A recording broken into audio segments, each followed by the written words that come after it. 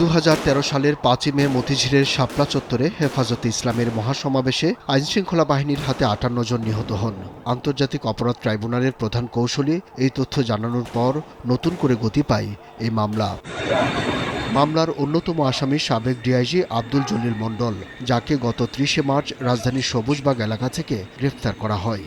বুধবার ট্রাইব্যুনালের চেয়ারম্যান বিচারপতি মোহাম্মদ গোলাম মর্তুজা মজুমদারের নেতৃত্বাধীন 3 সদস্যের বিচারিক প্যানেলে এই মামলার শুনানি হয়। এদিন তার জামিন চেয়ে শুনানি করেন আইনজীবী মোহাম্মদ আলী হায়দার। তবে জামিন নামঞ্জুর করেন ট্রাইব্যুনাল। আমি 2020 সন থেকে হার্টের রোগী, আমার 7টা ব্লক আছে এবং আমি নিয়মিত বিশেষজ্ঞ ডাক্তারের চিকিৎসাধীন ছিলাম এবং থাকার জন্যই মূলত আমি হেলথ গ্রাউন্ডে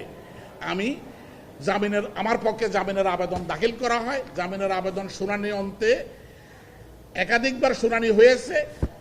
গত তারিখে মেডিকেল রিপোর্ট চাওয়া হয়েছে জেল কর্তৃপক্ষের কাছ থেকে। জেল কর্তৃপক্ষ আজকে একটা মেডিকেল রিপোর্ট সাবমিট করে কিছু পরীক্ষা দিয়েছে। আমি যে অসুস্থ এটাও মেডিকেল রিপোর্টে এসছে। শাপলা চত্বরে মহাসমাবেশের সময় আব্দুল জলিল ডিএমপির অতিরিক্ত কমিশনারের দায়িত্বে ছিলেন। ফলে সমাবেশে কখন কিভাবে কি হয়েছিল এসবের আদ্যোপান্ত তার জানা। সেই কারণে মামলায় রাজসাক্ষী হওয়ার আগ্রহ পোষণ করেছেন তিনি। এই মামলার ন্যায় বিচারের জন্য, এটার ন্যায় বিচার হোক আমিও চাই। প্রয়োজনে ন্যায় বিচারের জন্য যদি অনারেবল ট্রাইব্যুনাল যদি আমাকে অনুমতি দেয়, আমি বিচার কাজে সহযোগিতা করতেও রাজি আছি।